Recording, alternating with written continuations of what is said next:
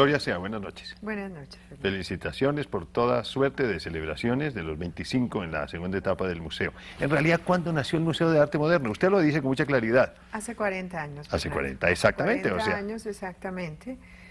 Fue fundado por durante el gobierno del general Gustavo Rojas Pinilla, siendo su ministro de Educación Aurelio Caicedo Ayerbe. Lo que pasa es que en esa etapa el museo no pasó de ser eso, un documento firmado, no tuvo ninguna vida, no tuvo ninguna asignación presupuestal, simplemente no nació, es decir, se creó en un documento y no nació. Posteriormente, el doctor Gabriel el doctor Gabriel Serrano Camargo, el arquitecto, con un grupo de arquitectos, entre los cuales estaba el arquitecto Gabriel Largacha y un grupo muy distinguido de Bogotá, resolvieron hacer revocar ese decreto para darle al Museo de Arte Moderno su carácter de fundación privada sin ánimo de lucro.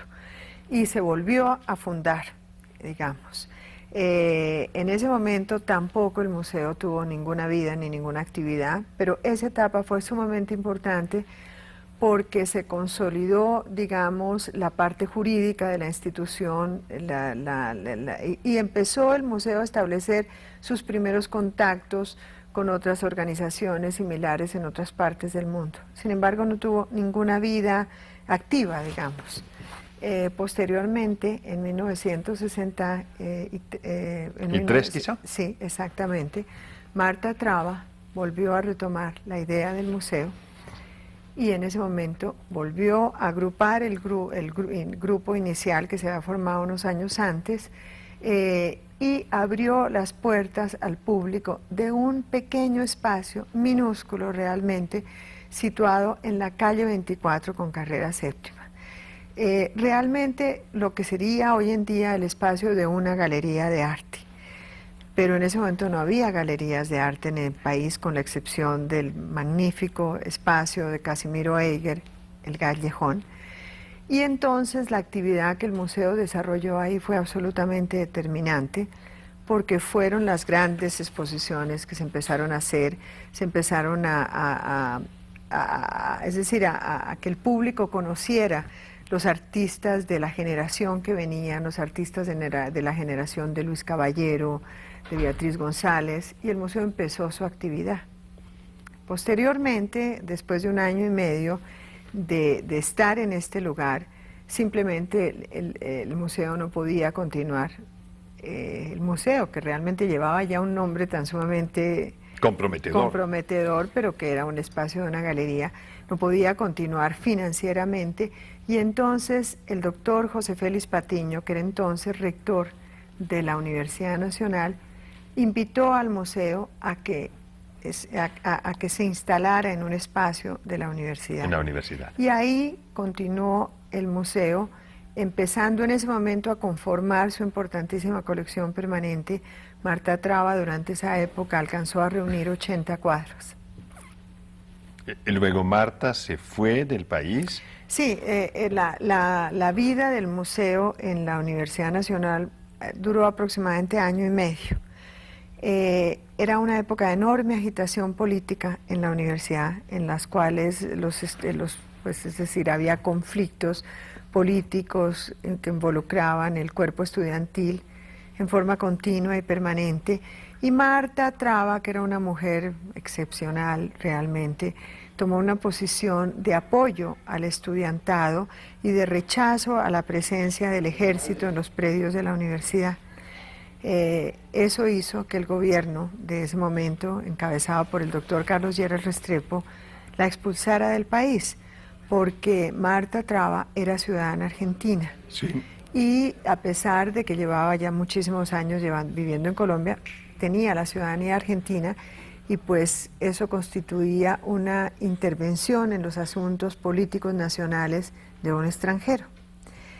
Lo que ocurrió en ese momento, pues es uno de los momentos en que más se ha agrupado la inteligencia, el mundo cultural, el mundo intelectual del país, en un enorme repudio a decreto del gobierno en que expulsaba a Marta Traba.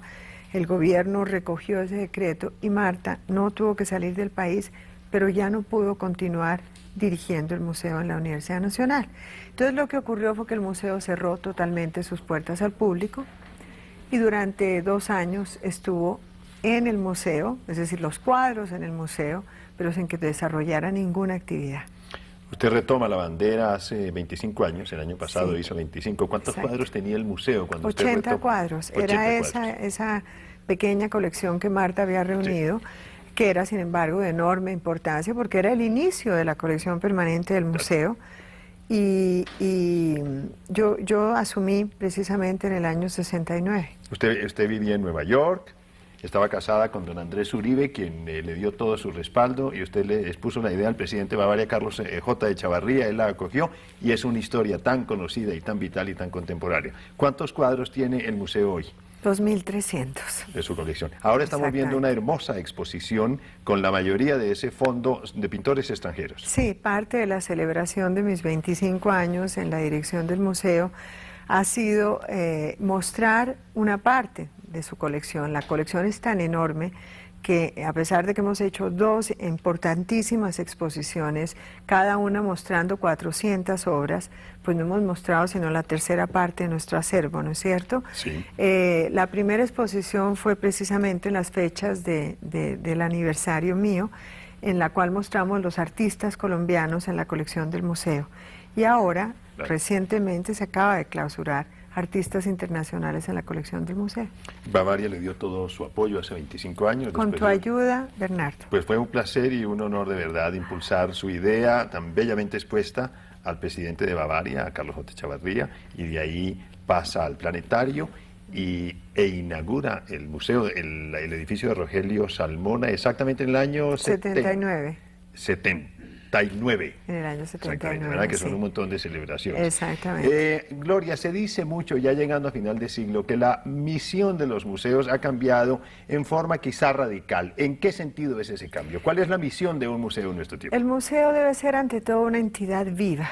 Ya el concepto del museo como recipiente de objetos de arte, de objetos importantes en el patrimonio histórico del país, ya es un concepto totalmente mandado a recoger, porque lo que importa es que el museo sea un museo vivo, vital, que atraiga a la comunidad, que se proyecte a la comunidad y en el cual esté en permanente y continuo contacto con la comunidad. De manera que esos museos muertos, polvorientos, donde la gente iba a ver la misma colección expuesta en la misma forma, es un concepto que no tiene ya ningún oficio en la museología moderna. Yo creo que hay 2 ejemplos extraordinarios de eso, de lo que estoy diciendo, 3 realmente. Uno es la transformación radical del Museo Metropolitan de Nueva York, que era un poco realmente hasta la administración del señor Thomas Hoven en los años 70, era ese el concepto que primaba, es decir, una exposición continua de los mismos objetos expuestos en la misma forma. Y Hoven transformó eso, convirtiéndolo en un museo vital, con grandes exposiciones que son explosiones culturales en la ciudad y que atraen un público tan absolutamente monstruoso que hoy en día entrar al Metropolitan ya no se puede hacer sino con cita previa, lo cual es inverosímil. El otro extraordinario ejemplo de eso es el Museo del Louvre en París, la renovación extraordinaria que ha adelantado el gobierno de Mitterrand en la renovación y transformación absoluta del Museo del Louvre, y ahora la que empieza a hacer, la gran revolución que empieza a hacer el Museo del Prado en Madrid. El señor Thomas Hoven acaba de publicar sus memorias, que usted seguramente ya leyó. Claro, que es un sí, libro es vital. maravilloso, maravilloso porque cuenta precisamente cómo logró hacer esa transformación en contra de una junta directiva tradicional y conservadora y de los mismos curadores del museo que tenían ese enfoque tan sumamente tradicional. ¿Usted qué piensa de esto? El joven y brillante Bill Gates, el multimillonario norteamericano, quien ha dedicado sus años y su inteligencia y su intuición de lo que va a ser el mundo dentro de poco, o ya está haciendo ese mundo. Bill Gates tiene más que una propuesta, quiere hacer realidad un hecho, a ver cómo le parece a usted, de que la gente ya no vaya a los museos, sino que vea los cuadros a través de pantallas de comunicadora de televisión, y que con la interactividad que se llama ahora, el espectador se meta casi en su propio museo imaginario y seleccione los cuadros y los mire y haga close-ups y le vea los ojos a la Mona Lisa y todo eso. ¿Usted qué piensa de eso? Desde luego que eso es lo que la tecnología moderna está abriendo, la posibilidad a través del CD-ROM y del videodisc de traer los museos a la sala de su casa. De la casa. Pero eso es simplemente un paso posterior. No hay nada, absolutamente nada, que reemplace el contacto directo del espectador con la obra de arte. Ni el disco, ni el videodisc, ni el CD-ROM, ni cualquiera de los implementos contemporáneos. Eso es algo adicional para que una vez el espectador haya sentido, se haya conmovido, haya tenido la experiencia directa con la obra de arte y se haya sido transformado por ese contacto directo, entonces, como una forma de acrecentar ese placer estético, puede utilizar todos estos maravillosos lenguajes del siglo XX, del siglo XXI, pero eso no podrá reemplazar jamás el contacto directo.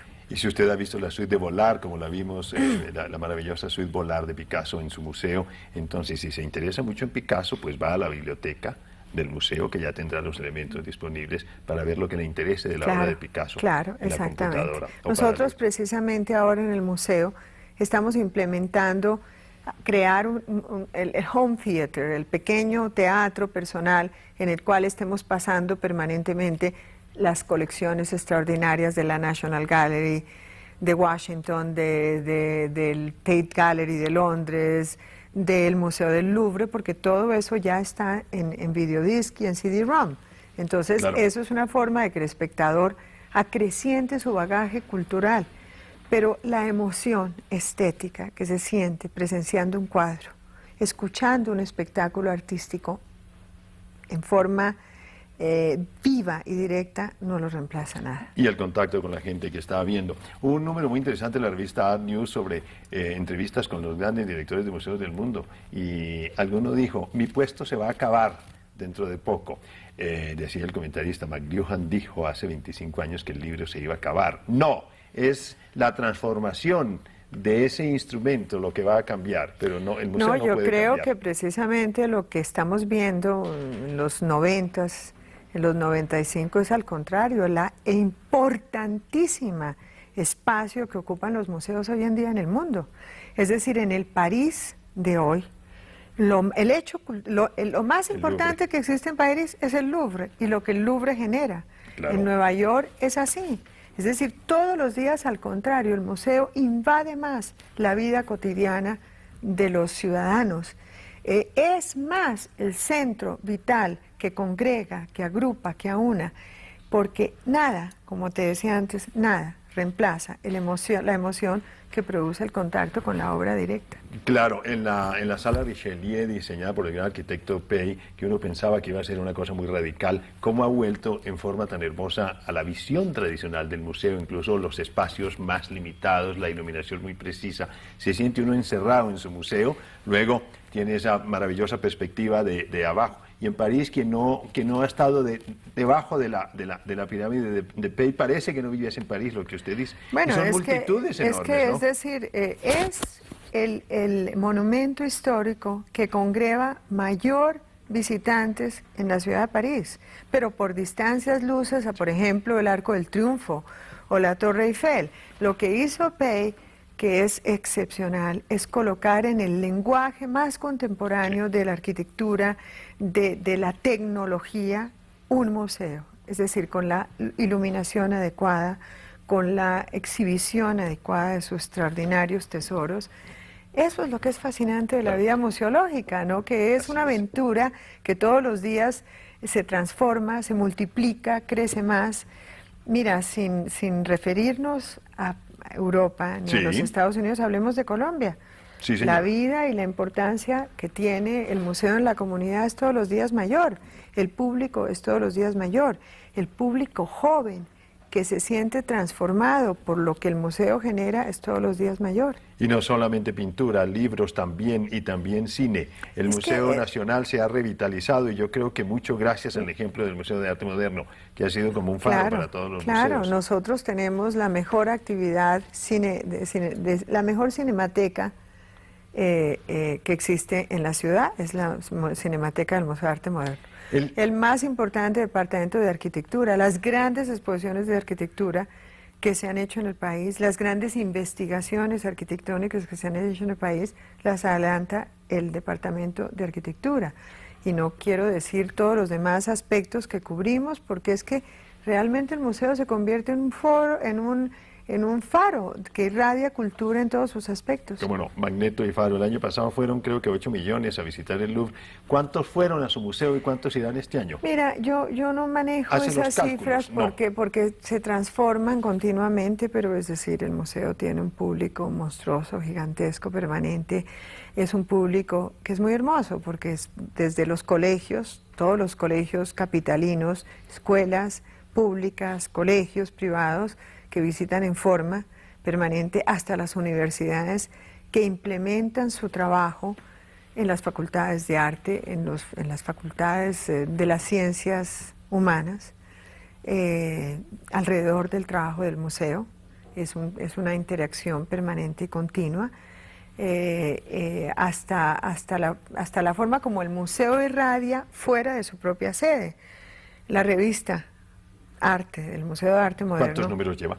Ya estamos en el 8º año. Sí.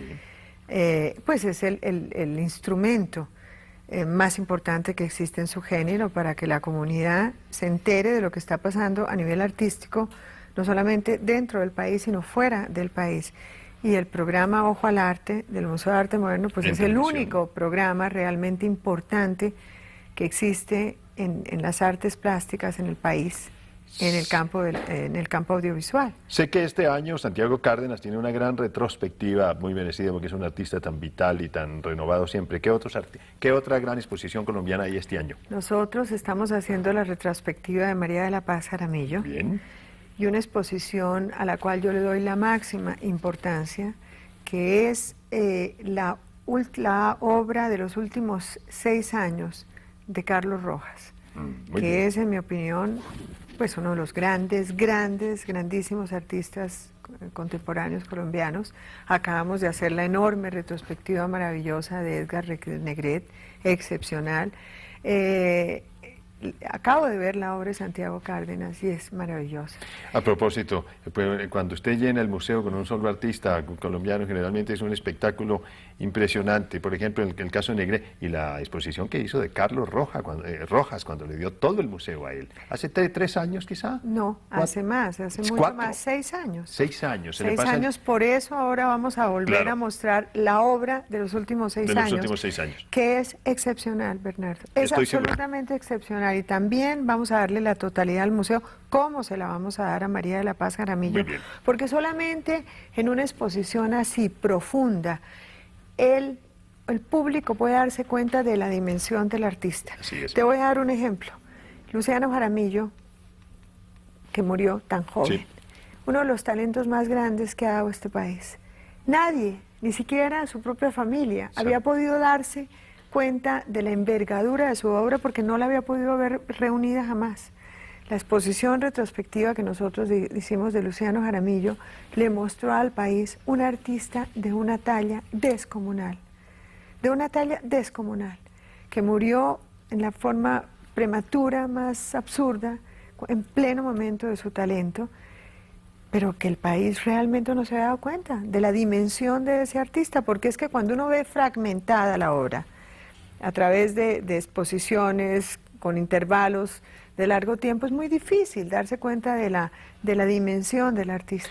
Y pienso en la de Olga Amaral a comienzos del año Olga pasado. de Amaral que fue parecía una catedral bizantina. excepcional, Gloria, completamente. claro, tengo 2 cosas. En ese espacio que queda, en ese sector suyo, entre la biblioteca, el hermoso edificio de la biblioteca y las viejas instalaciones de Inravisión, se ha dicho mucho que va a haber un parque dedicado a cosas de la cultura. ¿Qué hay en realidad de todo esto y cómo va a participar su museo No, en esa es- reconquista? Es mucho más que eso, Sí. porque realmente tanto el Museo de Arte Moderno como la Biblioteca Nacional se van a ampliar en todo el eje que constituye la calle 24, el espacio situado entre la carrera 7ª y la carrera 5ª, entre calles 26 y 24. Ese va a ser el eje cultural de la ciudad.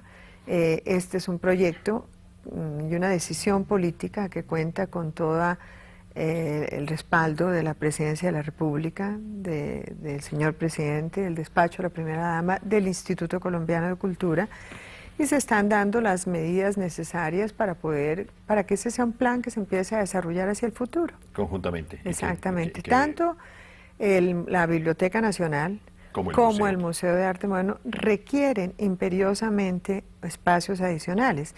El Museo de Arte Moderno, como te decía al inicio, Bernardo, tiene una colección de 2.300 obras guardadas en el depósito, porque para que el museo sea vital, o lo convertimos en un museo vital con continuas y rotantes exposiciones de toda índole, o mostramos nuestra colección permanente, obedeciendo al concepto del cual hablábamos al inicio de este programa.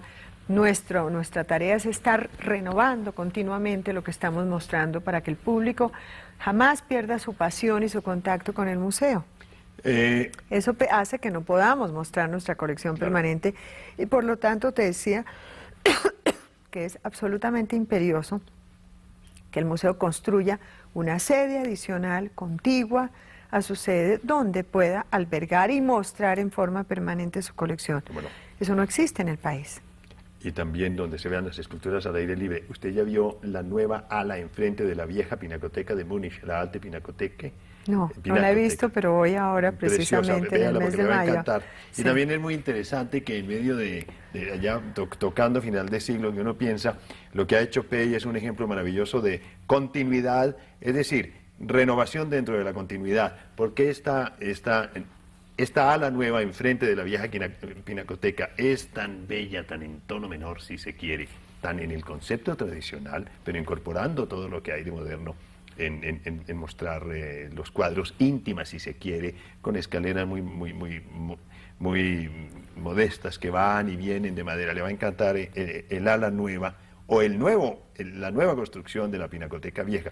De todas las celebraciones que le han hecho, que han sido muchas y muy merecidas, pienso yo seguramente, y piensan miles de colombianos, ¿qué la ha emocionado mucho?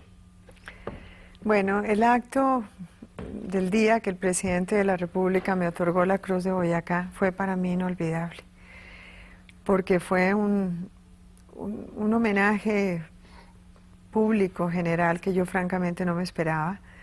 El público fue tan numeroso que no pudo entrar al museo. La cola daba la vuelta por la séptima y por la 26 llegaba hasta la carrera quinta. Era una cosa absolutamente inverosímil. Muchísima gente se quedó sin poder entrar. Como el día de la inauguración del museo en el año 79, que yo no he visto más gente en ninguna parte. Exactamente, sí. Pero yo creo que lo más emocionante para mí, realmente, es el reconocimiento público de mi trabajo. Eso es lo que a mí más me conmueve, porque es que mi trabajo, yo no soy artista de televisión, yo no soy artista de cine. Pero podría yo serlo. Trabajo en el campo, gracias Bernardo, sí. Yo trabajo en el campo de la cultura. Sí. Y sin embargo mi trabajo toca a la gente, le llega a la gente. Sí. La gente lo conoce, la gente lo reconoce, la gente me lo dice. Y entonces eso para mí significa lo máximo, el mayor homenaje y la mayor emoción. Alrededor de esa fecha, de esa conmemoración que muy generosamente quiso hacer el gobierno nacional, hubo un homenaje público inesperado, que yo no me sospechaba, en telegramas, en flores, en llamadas, en notas, de una multitud inmensa de gente de todas partes del país, que me quería hacer sentir, pues, que conocía mi trabajo. ¿Le llevaron serenata? Me llevaron serenata. Sí. Tú sabes que yo hoy en día pues tengo un trabajo múltiple, porque no solamente trabajo en el campo de las artes visuales y de la museología, sino que también estoy muy íntimamente vinculada con el campo de la música, con el campo de la lírica. Y entonces alrededor de mi trabajo se está gestando un grupo extraordinario de jóvenes talentos colombianos en todas las áreas, en el campo de la lírica y de las maravillosas nuevas voces que están surgiendo, en el campo de la escenografía, de los directores escénicos, de los músicos. La música, la orquesta que en este momento está interpretando La Vida Alegre, que se está presentando en el Camarín del Carmen, es una orquesta integrada por jóvenes muchachos que están apenas saliendo de la universidad, jóvenes talentos. Esa gente me dio una bellísima serenata. Claro, el coro de la ópera. Merece otro programa. Bueno, yo quiero aprovechar la televisión porque yo sé que ya lo ha dicho, pero para confirmar la visita de dos de los más grandes cantantes de nuestro tiempo. Lo que pasa es que ellos no tienen esa inmensa y merecida estela popular. Estos la merecen también de un Pavarotti, de un Plácido Domingo. Son otro tipo de cantante, más de sala íntima. Pero hay que oír la voz de la Olga Borodina para saber uno que no puede haber una voz más hermosa femenina en nuestro tiempo, de ese otro señor inmenso del canto ruso, que es Horst Borstovsky. ¿Se pronuncia así Horostovsky, o no? Dmitri Horostovsky. Horostovsky. Sí, ese concierto va a ser un concierto absolutamente único, excepcional. El 10 de mayo en el Teatro Colón de Bogotá, bueno, acompañados por la Orquesta Sinfónica de Colombia. ¿Y ya tiene el programa y todo? Tengo todo el programa, absolutamente. Ya próximamente, en los próximos días, empezaremos ya la divulgación a través de la prensa, los avisos. Para la venta de boleterías va a ser... Es decir, estamos hablando de uno de los más extraordinarios barítonos de hoy en día, pero de los dos o tres. Así es. Y Olga, a la altura de un Thomas Hampson, por ejemplo. No, yo pienso que inclusive quizá superior a Hampson. Hampson o de un Joseph Van Damme, es decir, es un señor cantante. Es decir, es que además Horostovsky es un artista que tiene 30 y algo de años. 34 años. Exactamente, lo mismo Borodina. Menor aún, son estrellas que están empezando su fulgurante carrera al más alto nivel. Borodina viene de cantar en la Bastilla, en el Covent Garden, ambos, es decir, son dos figuras estelares. ¿La completamente. Borodina no tiene los 30 todavía o sí? No, tiene 30, yo creo que tiene 30, exactamente. ¿La ha visto en persona ella? Además es de una belleza impresionante. ¿El repertorio va a ser ruso todo? No. Ruso en la primera parte, pero ruso en el repertorio operático ruso, es decir, Tchaikovsky, Rimsky-Korsakov, Dama de Picas, etcétera. Y en la segunda parte va a ser el repertorio tradicional operático, La Favorita, porque esa es la ópera que ellos van a interpretar ahora inmediatamente después de Bogotá en el Teatro Colón de Buenos Aires. Pues el repertorio tradicional de mezzo y barítono del repertorio operático, Barbero de Sevilla, etcétera. Felicitaciones por ese concierto, Gloria, porque eso va a ser una maravilla de concierto, ver dos de las luminarias jóvenes nuevas. Y además te quiero contar la primicia, Bernardo, de que el 18 de agosto regresa a Colombia Juan Pons. Ah, qué maravilla. Juan Pons también es uno de los 2 o 3 grandes barítonos del mundo. Este año va a ser el año en que en Colombia tenga la oportunidad de oír los grandes voces. Sí. Y Juan Pons, que es un nombre tan amado por el público, se formó en Colombia. Hecho acá. Hoy en día Pons es la gran figura internacional, el gran barítono internacional del Metropolitan, de Viena, de todos los grandes teatros del mundo. Y regresa a Colombia en un concierto el 18 de agosto. Tan sencillo que le pregunté en una entrevista después de ese Rigoletto maravilloso. Usted va a ser el Falstaff o Falstaff de Verdi ahora en Viena. Usted vio el Falstaff de Orson Welles y me dijo, señor, usted sabe una cosa, quiere contarme bien quién es, porque yo lo he oído mencionar. Es que yo estoy tan joven y tan asustado con esto, que no, yo no he penetrado en esas cosas todavía. Es que cuando Juan Pons empezó a cantar en la Ópera de Colombia, empezaba su carrera. Claro. Él cantó aquí por primera vez su primer Rigoletto, su primer Scarpia en Tosca. Él venía del coro del Liceo de Barcelona y aquí hizo sus primeros papeles, como Thomas Hampson. Como Hampson que hizo el Barbero de Sevilla aquí en ese momento, cuando apenas empezaba la carrera. Que lo descubrió la gran Montserrat Caballé. Finalmente, en el minuto que nos queda, es año de grandes orquestas también. El año pasado vimos 2 orquestas maravillosas, la Orquesta de Cámara de Europa, la Orquesta Barroca de la Unión Europea. Este año posiblemente, creo que está muy segura la presencia de la Real Filarmónica dirigida por Sir Yehudi Menuhin. Y usted tenía el proyecto de la Staatskapelle de Berlín dirigida por Barenboim. ¿Cómo va eso? No, mira, en este momento el Camarín del Carmen está colaborando con la Presidencia de la República precisamente en que se presente en Colombia la Royal Philharmonic Orchestra de Londres, que es la Orquesta Nacional de Inglaterra dirigida por Yehudi Menuhin. Además, con la Orquesta Nacional de España, que Ah, también claro. se presentará a inicios de junio. Bueno, un año musical extraordinario. Ahí está un tema que a usted le encanta, que es homenaje a Edith Piaf, de Francis Poulenc. Qué maravilla. Gloria, muchas gracias. Muchas Felicitaciones. gracias, Bernardo. Todo lo mejor.